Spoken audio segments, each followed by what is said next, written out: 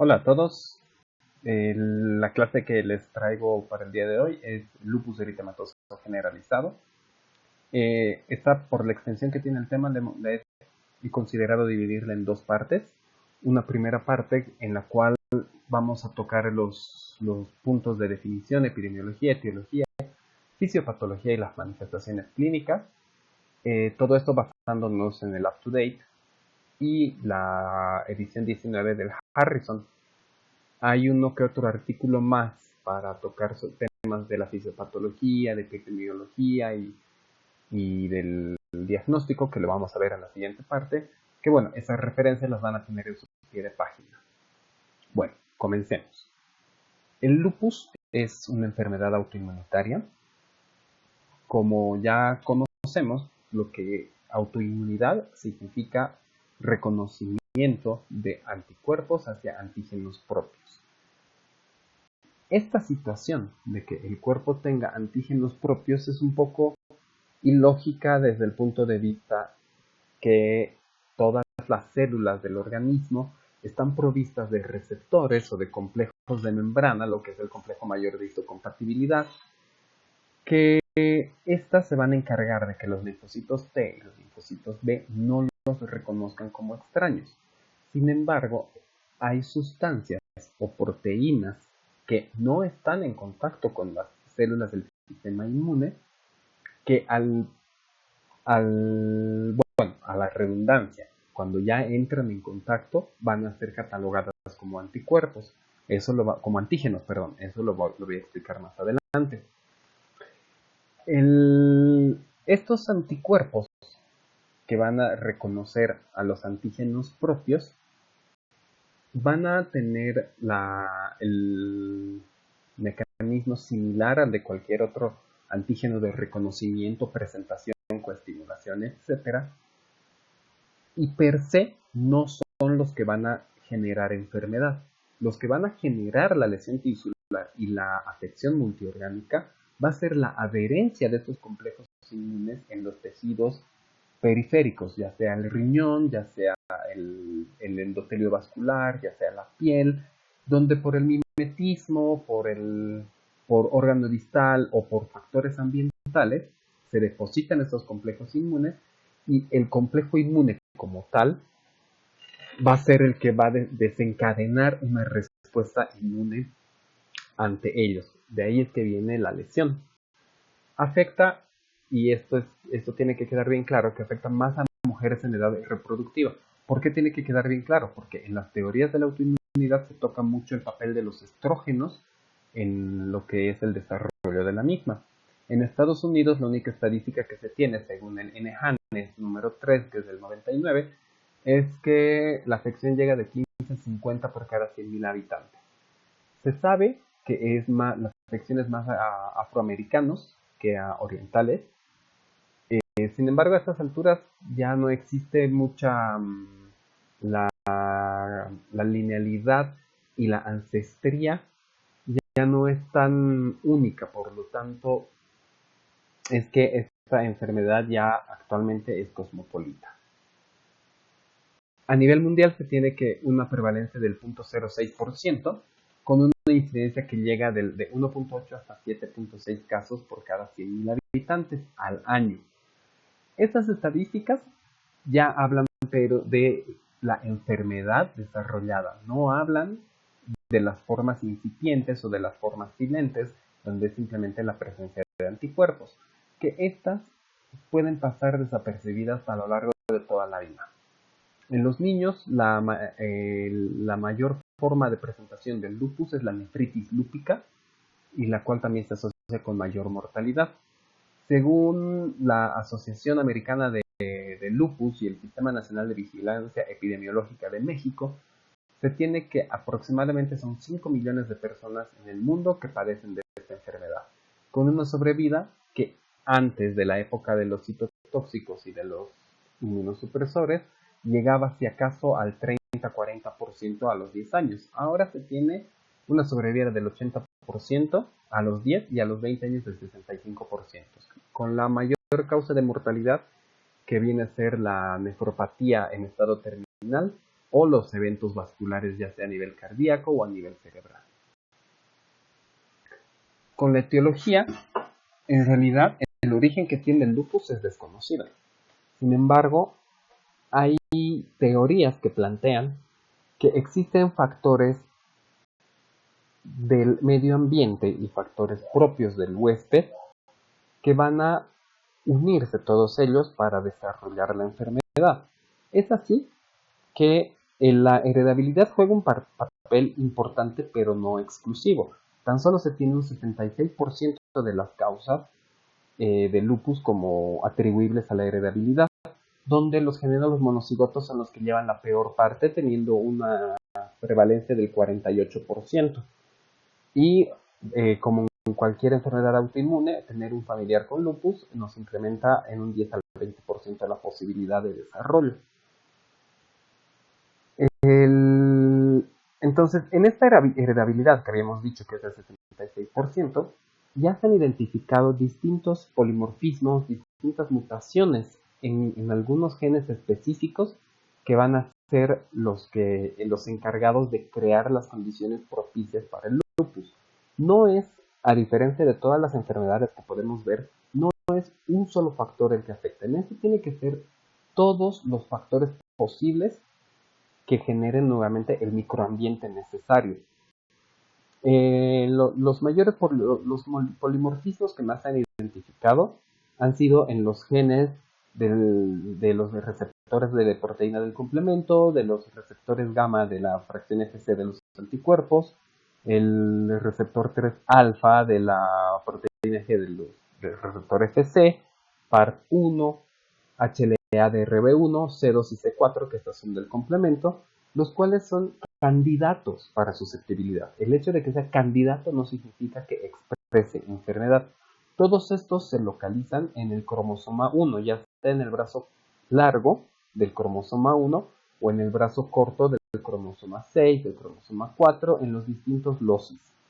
Actualmente, lo que se tiene que los polimorfismos más identificados y más explicados van a ser los que conciernen con la captación y con el reconocimiento del antígeno anticuerpo mediante las moléculas del HLA, el polimorfismo es el DR2 y DR3, los polimorfismos en los receptores intra o transitoplasmáticos de las proteínas G, el receptor 2 alfa de la porción FC de las inmunoglobulinas, IRF5, IRAC, TREX1 y TNF-alfa IP3, que son proteínas en la señalización celular, que es la señalización celular es el proceso en el cual la célula, en este caso el linfocito, recibe una señal y esta señal se codifica por medio de distintas vías, la vía de la IRAC, vía del TREX1, vía del TNF y del IRF5, para mandar una señal al núcleo para que éste ya ejerza su papel. En medio de estas proteínas también se encuentran la BLK, PANC1, la proteína no asociada al receptor del linfocito T, la proteína no asociada a la célula dendrítica y el CTLA4. Este CTLA4 de momento es el más importante, no tanto en la fisiopatología, bueno, sí en la fisiopatología, pero sí también en las nuevas estrategias terapéuticas, que lo vamos a ver más adelante cuando abordemos el tratamiento.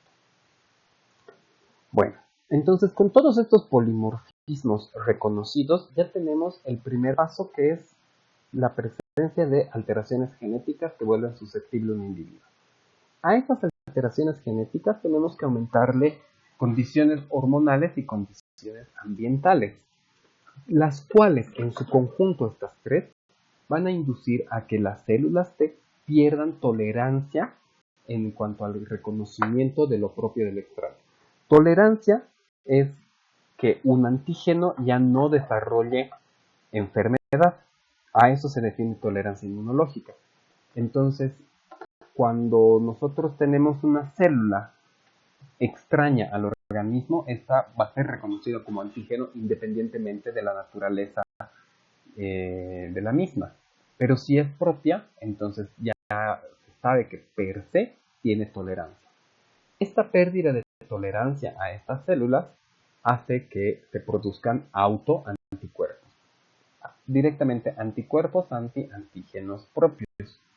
La unión de estos autoanticuerpos con el antígeno va a convenir en el desarrollo de los inmunocomplejos, los cuales cuando se depositan a nivel periférico ya producen el daño tisular.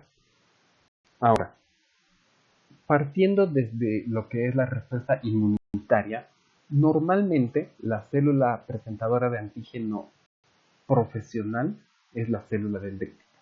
Esta célula dendrítica se encarga de captar toda sustancia extraña y presentarla a una inmediata superior, que puede ser los linfocitos T naive o nativos, o puede ser un macrófago, o puede ser directo hacia el linfocito B. Esta célula dendrítica va a captar a las hebras del DNA en los complejos inmunes o al RNA y va a presentarlos como autoantígenos. ¿Por qué? ¿Por qué es que va a reconocer estas hebras como extrañas? Porque estas células no están en contacto con los complejos o con las hebras del DNA. Ahora, una vez que se ha reconocido esto por un lado, por otro lado, los linfocitos T y los linfocitos B van a disminuir los umbrales en cuanto a su activación. ¿Eso qué quiere decir? Que al ser un fenómeno constante y persistente, las células T ya van a ser hiperreactoras, al igual que las células T. Si a esto le asociamos que existe una activación y una inhibición inadecuada de las células T CD4 positivo o CD8 positivo, entonces ya tendríamos todas las condiciones para el desarrollo de una respuesta inmune normal, con la consiguiente disminución de la tolerancia de células apoptóticas y la formación de los complejos inmunes. ¿Qué es lo que ocurre? ¿Por qué se menciona constantemente lo de la célula apoptótica? Nosotros sabemos que la necrosis se diferencia de la apoptosis, puesto que la apoptosis es una muerte celular programada, la necrosis no. La muerte celular programada, ¿qué significa? Significa que la célula va a programar su muerte y va a comenzar a degradarse poco a poco para que cuando se libere todo el contenido intracelular no vaya a afectar a las células aledañas. Que los cambios más importantes que se tiene en la apoptosis va a ser en el tamaño del núcleo. El tamaño del núcleo va a incrementarse hasta ocupar casi el 80 al 90% del citoplasma celular, debido a que las hebras o el DNA que se encuentra en cadena va a fragmentarse. Al fragmentarse va a formar bases por todo lado, va a captar más hidrógeno y va a tener las proteínas que antes estaban todas unidas y compactadas, estas se van a separar. Por eso es que la membrana nuclear empieza a aumentar su tamaño. Llega un punto en el que la membrana nuclear ya no va a ser capaz de contener todo ese material genético y se va a eliminar. Entonces, el material genético que estaba contenido dentro de ese núcleo va a ser captado por los ribosomas y las mitocondrias, que la van a llevar hacia el retículo endoplásmico para su posterior degradación. Eso es lo que ocurre de forma normal. El problema en la apoptosis anormal es que no hay el tiempo suficiente para que la mitocondria y los ribosomas degraden por completo el material nuclear y el material genético. Entonces, aparentemente, la membrana celular se fractura mucho antes que la membrana nuclear, exponiendo de esta forma al núcleo hacia el líquido extracelular. Este núcleo carece de receptores MHC, carece de otro tipo de receptor, entonces, por ende, por una célula dendrítica presente va a ser captada como antígeno. Ahí es que esta célula dendrítica que capta el antígeno lo va a presentar hacia una célula, hacia un linfocito T o hacia un linfocito B para la posterior producción de anticuerpos. Entonces, a eso se van a denominar anticuerpos antinucleares. ¿Ok? Ahora, los mecanismos de activación y de inhibición se basan en que la célula T tiene dos receptores, el TCR, que es el receptor de células T, y el CD28, que es un receptor único y específico de las células T. Cuando la célula presentadora de antígeno va a presentar a la célula T, ya sea mediante MHC TCR o mediante CD8086 CD28. Esta unión, como se ve en el cuadro siguiente, va a inducir a una activación y proliferación con la posterior liberación de todos los mediadores de la inflamación. Esto es lo que regularmente ocurre a lo que se llama estimulación y activación de los linfocitos T. Ahora, ¿por qué les decía que era importante el CTLA4? Porque cuando este CD28, este CD8086 se cambia por un CTLA4, entonces el receptor, esta pequeña molécula que ustedes ven aquí en rojo, se va a unir al receptor CD8086 y ya no va a poder activar a la célula T mediante CD28, pero aún puede activarlo mediante MHC y TCR. El disminuir esta pequeña inhibición de receptores puede que no sea importante, puesto que finalmente igual se está presentando. Pero esta unión es la que se encarga de la presentación de la célula T hacia la célula B. Entonces, a eso nosotros denominamos coestimulación. Aquí tenemos activación y coestimulación cuando estos receptores se unen al linfocito B. Y cuando el CTLA4 se une se llama inhibición. Muy bien. ¿Por qué les digo todo esto? Porque hay una alteración indudablemente en las células B que va a originar o va a ser iniciada por una disfunción de las células T. La disfunción de las células T que empezaron a reconocer lo propio como extraño. Empezaron a reconocer lo propio de lo extraño por las alteraciones en la apoptosis, que es acelerada y expone al núcleo de forma más rápida. Y todo esto tiene que estar hecho en un ambiente, en un microambiente rico en citocinas proinflamatorias. Entonces, cuando se tiene en el modelo de enfermedad, tenemos que los genes ocupan un factor importante, pero no único. Pueden existir alteraciones, como habíamos visto, o polimorfismos en los distintos genes que codifiquen para las moléculas del complemento, para las moléculas del complejo leucocitario humano, para el MBL, que es un activador de la cascada del complemento vía properdina, para el receptor 2-alfa de la porción FC de los anticuerpos, para la interleucina 10, que esta es una interleucina que se encarga de la activación o inactivación, más bien dicho, de los linfocitos, para la proteína quimiotáctica de los monocitos y a la proteína no relacionada, la proteína T del linfocito no relacionada al receptor. Todas estas, todos nosotros podemos tener cualquier polimorfismo de estos. Sin embargo, el sistema inmune va a tratar de compensar de cierta forma estas carencias activando otras vías paralelas. Es decir, si tenemos alteración en la vía clásica del complemento con C2 y C4, también existe una vía alterna y una vía de la properdina que pueden activarlo. Si existe una alteración en el HLA, hemos visto que también puede presentarse mediante CD28, CD86 o B7. Si existe una alteración, bueno, es también que es para el inicio de la actividad del complemento, los receptores de la FC que se tienen 2A, 3A, 2B, o hay otras interleucinas que se encargan también de la inhibición, como es el factor de crecimiento transformante beta, etc. Pero hagamos de cuenta que este individuo va a tener otros condicionantes que van a hacer el desarrollo de la respuesta inmunitaria normal. ¿Cuáles son esos? En primer lugar, la luz ultravioleta. ¿Qué ocurre con la luz ultravioleta? Esta principalmente va a afectar a la desnaturalización de las proteínas a nivel de las células dendríticas en la piel. Es por eso que la piel es uno de los órganos diana de la actividad del lupus, con el eritema malar y y los eritemas discoides, como veremos más adelante. El género, se sabe que es el género femenino, más adelante vamos a seguir tocando los puntos. Las infecciones que pueden fungir como perduradores de un proceso inflamatorio, y el virus de Epstein-Barr.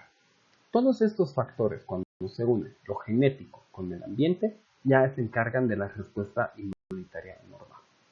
Esta respuesta inmunitaria normal va a hacer que la célula apoptótica que libera el núcleo va a ser captada por una célula dendrítica, la cual lo va a presentar al linfocito B mediante la activación del linfocito T, como hemos visto con la citosina, y el linfocito T va a presentar al linfocito B mediante la coestimulación para que éste produzca anticuerpos específicos contra este antígeno. Por otro lado, este linfocito T en su actividad, cuando ya se van a estar formados los complejos autoinmunes, va a estimular una actividad de la vía clásica y de la vía alterna del complemento, principalmente del C3 y del C3A, ya produciendo lo que es el cuadro clínico y la lesión. Pregunta, ¿por qué el complemento? ¿Qué tiene que ver el complemento con el desarrollo de todo este sistema? Aquí identificamos claramente lo que son las proteínas iniciales del complemento. Pero si hablamos que entre C2 y C4 vamos a formar la convertasa de C3 para la activación del complemento, entonces vemos que toda la vía inicial, la vía clásica del complemento estaría alterada. Estas dos proteínas son las que se encargan de la remoción de los cuerpos apoptóticos circundantes. Cuando una célula sufre de apoptosis, va a activar inicialmente la vía clásica del complemento. Entonces, una deficiencia en estas proteínas va a ser causal de lupus. Ahora, los autoantígenos que se van a identificar van a incluir al DNA de doble hebra, al RNA, que se lo conoce como la proteína de Smith, o SM, a las proteínas Rho y La, que se encuentran en la superficie nuclear, y los fosfolípidos de la membrana nuclear. Todos estos conforman los anticuerpos antinucleares, que el más específico, como lo vamos a ver, es el anti-DNADS y el anti-Smith, pero no son los frecuentes.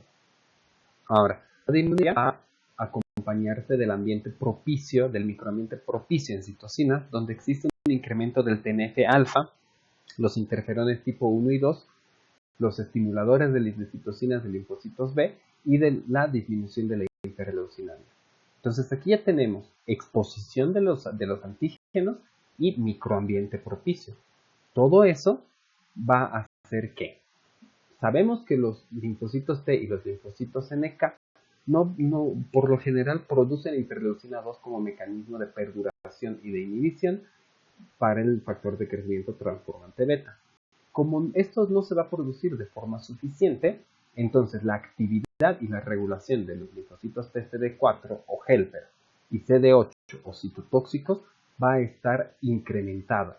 Esta actividad incrementada de estos linfocitos, asociada a la producción prolongada a la exposición hacia el material apoptótico, va a ser la producción de autoanticuerpos patógenos, los cuales van a inducir a que este autoanticuerpo se le una el complemento, se liberen citocinas proinflamatorias que induzcan el daño tisular.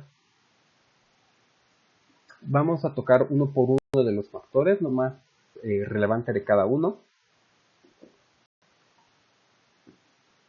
En primer lugar, las variaciones genéticas, bueno, que ya les había mencionado cuáles son, no es que sea una sola, sino mientras más, mejor. Los componentes del complemento que más van a favorecer el desarrollo de lupus son el C1, todo el complejo QRS, el C2 y el C4. En relación al género, pues está el femenino y la terapia hormonal. Ahora, les decía, punto aquí, ¿por qué? Porque la unión del estradiol, que es la forma inactiva de los estrógenos, a los receptores de linfocitos T, van a amplificar su activación y la supervivencia. ¿Eso qué quiere decir? Que mientras más estrógeno tenga, yo estoy dando más una retroalimentación positiva, que se formen más linfocitos T naive inicialmente, pero todo el linfocito T nativo, al reconocer un antígeno, una que migre al ganglio linfático, ya va a adquirir papel protagónico. La luz ultravioleta va a incrementar la apoptosis de los queratinocitos y de otras células, principalmente de los queratinocitos. Disminuye las uniones desmoepidérmicas, disminuye la actividad mitótica, disminuye la captación, la formación de receptores, etc. Es por eso que la piel, como les había mencionado, es un tejido diana para el lupus. Y bueno, lo que es la alteración en el DNA y las proteínas celulares relacionado con estas alteraciones, ¿no? En cuanto al virus de Epstein-Barr, este tiene secuencias de aminoácidos similares a los empalmosomas humanos. ¿Qué son los empalmosomas? El empalmosoma son las moléculas de RNA nuclear que se unen, son 5 moléculas de RNA nuclear que unidas se van a plegar en los fragmentos de una sola molécula de RNA para la transcripción de mensajes. Dicho de otra forma, el empalmosoma no es más que la unión del RNA nuclear para formar el RNA mensajero. Y las infecciones que van a prolongar o van a activar la respuesta celular. En cuanto a la luz ultravioleta, el bronceado solar, al disminuir la captación de vitamina D y al disminuir la hidratación de la piel, al incrementar al disminuir la desnaturalización proteica, puede exacerbar la enfermedad. Puede inducir a una apoptosis acelerada con una exposición intermedia de los factores nucleares. Y bueno, el incremento a la exposición a una luz ultravioleta va a tener mayor liberación de autoantígenos con la consiguiente producción de citoquinas. En cuanto a los factores hormonales, se ha visto que mujeres que estén posmenopáusicas o que utilicen anticoncepción oral o que tengan menopausia precoz son las que son más proclives al desarrollo de la enfermedad. En los factores inmunológicos, el punto central va a ser la deficiencia de las proteínas iniciales del complemento asociada a alteraciones en las células y en los receptores tipo TOP. ¿Por qué? En los monocitos y macrófagos van a disminuir tanto en el número y la capacidad de fagocitar las células apoptóticas. Esto genera una mayor exposición a las mismas, porque hay una reducción en la expresión de los receptores de superficie, con lo consiguiente que la célula apoptótica va a ser fácilmente presentada posteriormente a la célula dendrítica.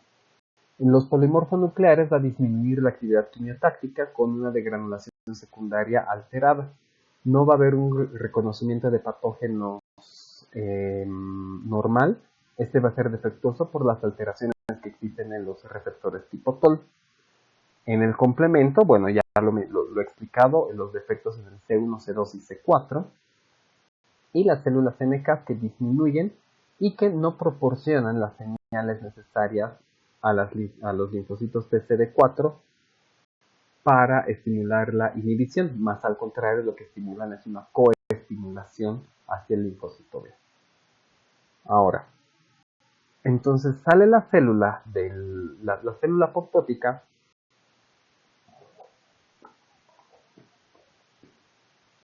va a tener el núcleo expuesto y este núcleo va a estar encapsulado en una pequeña vesícula.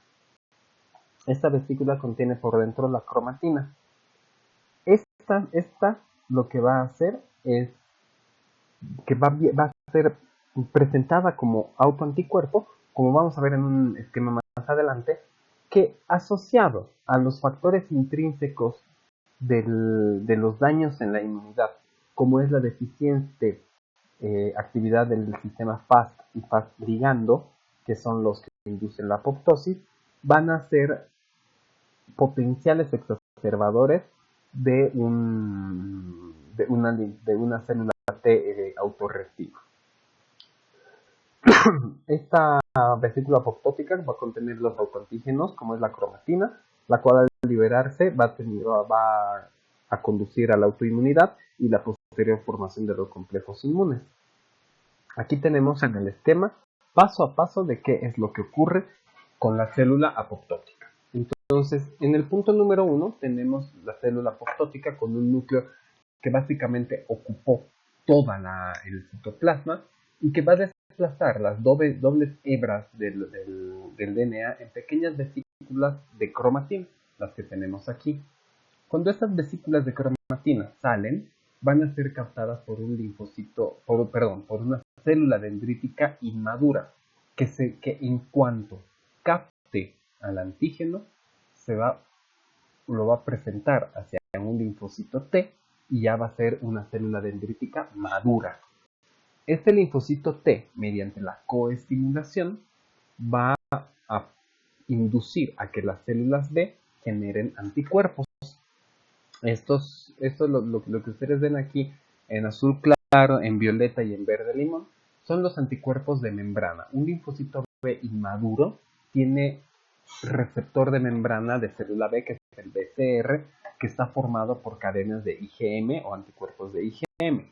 Cuando esta se une al antígeno, entonces esta célula B pasa a ser una célula plasmática, la cual va a generar anticuerpos específicos contra lo que haya captado aquí este anticuerpo. Entonces aquí tenemos que ya han salido los anticuerpos contra la cromatina, que ya no está en vesícula. Esta es el complejo inmune.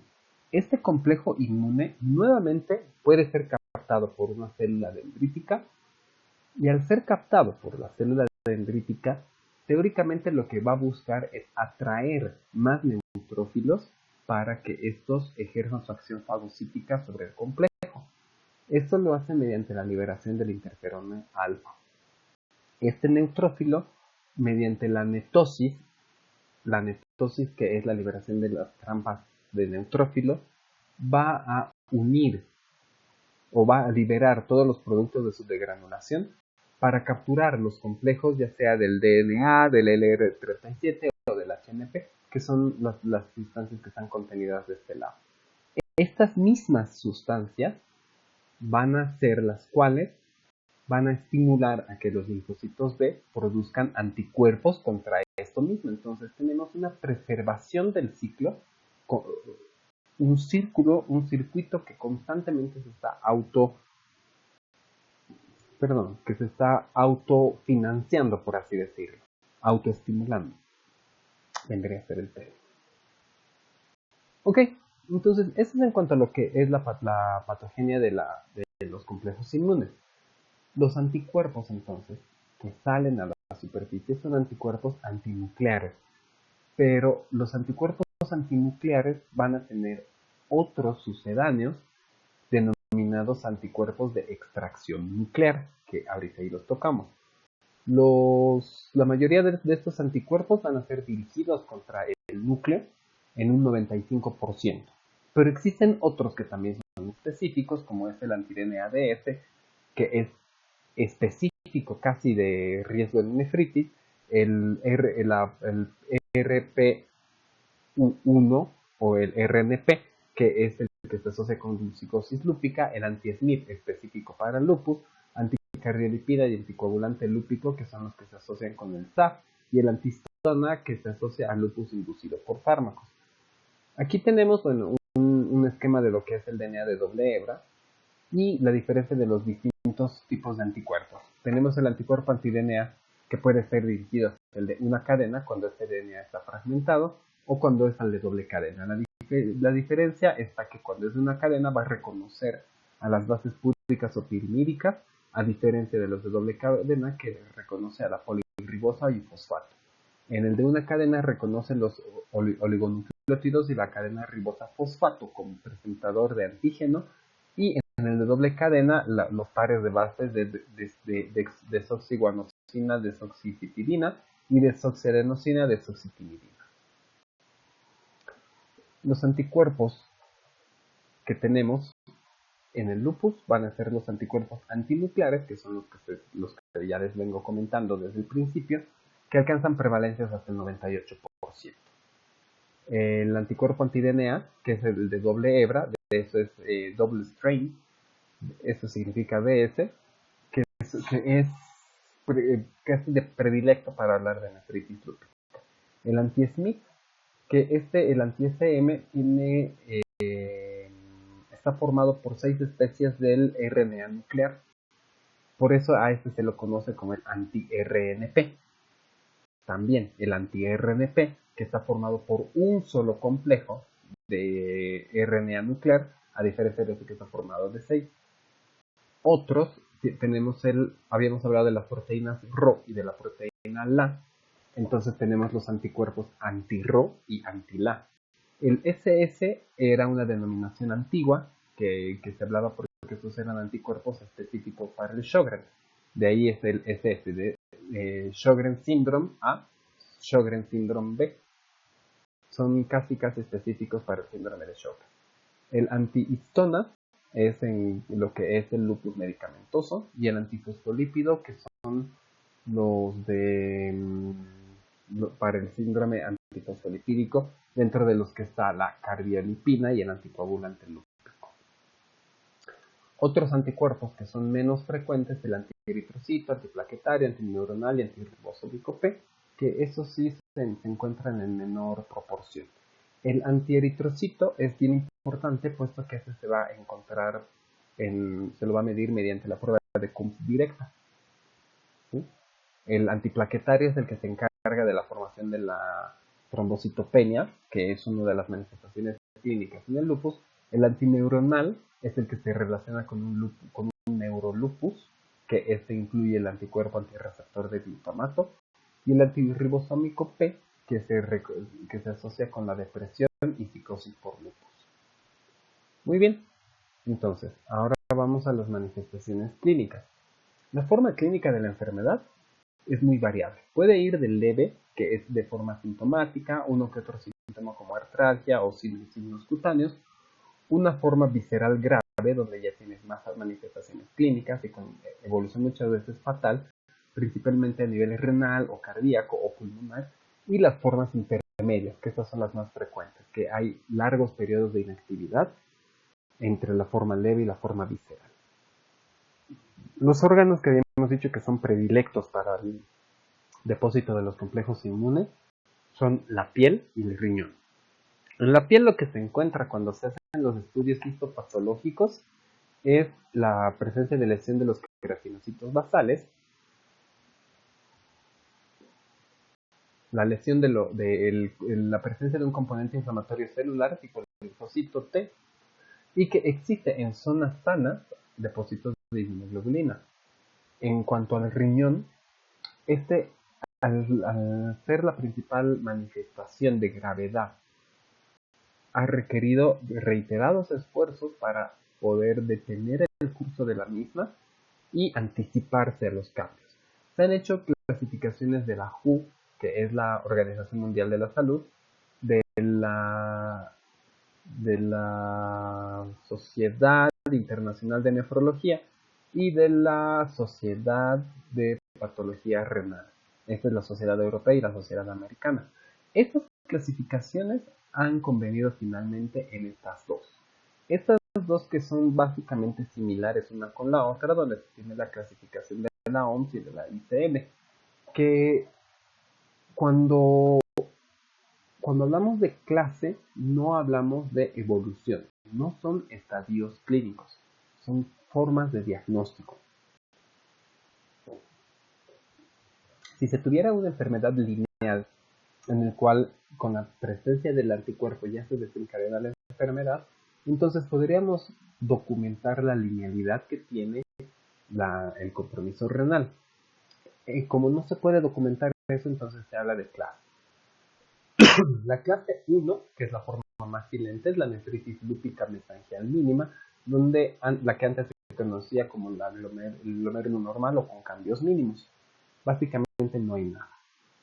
El tipo 2 ya es cuando existe alteración mesangial. Existe una nefritis proliferativa a nivel del mesangio, pero es bien local en ambos, que en la clasificación de la OMS puede ser afectación exclusiva con hipercelularidad escasa o con hipercelularidad moderada. El tipo 3 ya nos habla de lo que es la nefritis lúpica focal o localizada, que es el compromiso del menos del 50% de los glomérulos. Esa puede ser A, B o C para la OMS, o 3A, 3AC y 3C para la ISN.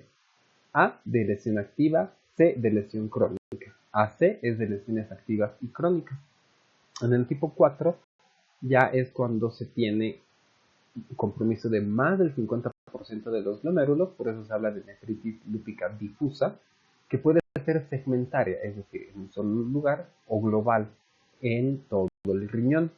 A eso es el 4S y 4G. Cada una de estas dos se puede dividir a su vez en A de activa, A y C, que son lesiones activas y crónicas, y C de lesiones crónicas.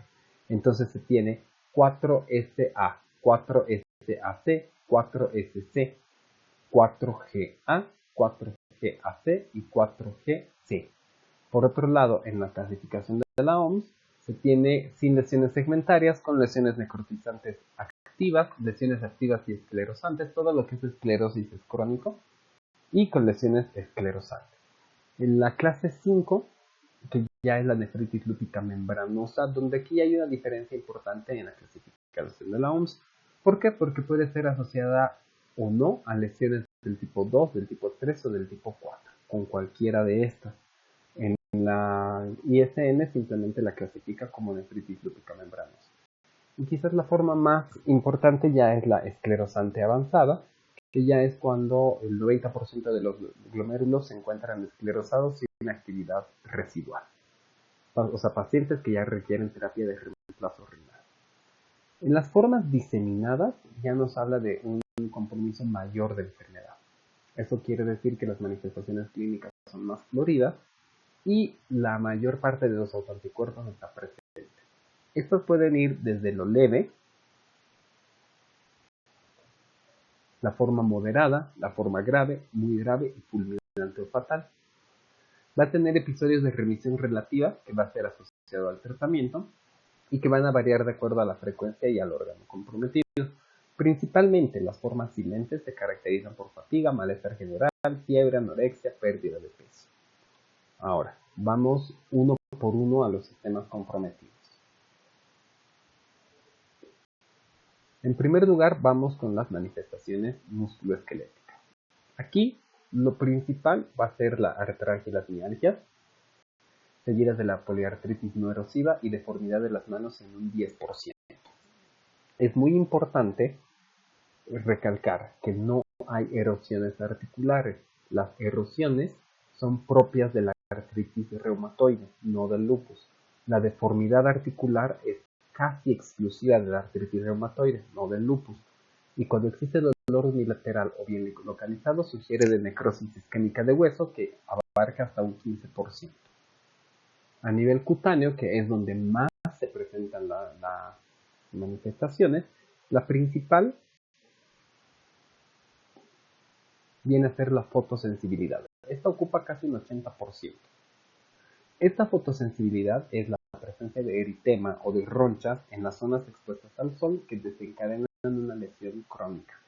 Es decir, no es que se ponen rojitos con el sol, es decir, que con el sol se le marcan con eritema, con regiones con placas en las zonas expuestas, como son pabellones, nariz, mentón, escote, espalda, a los minutos de la exposición.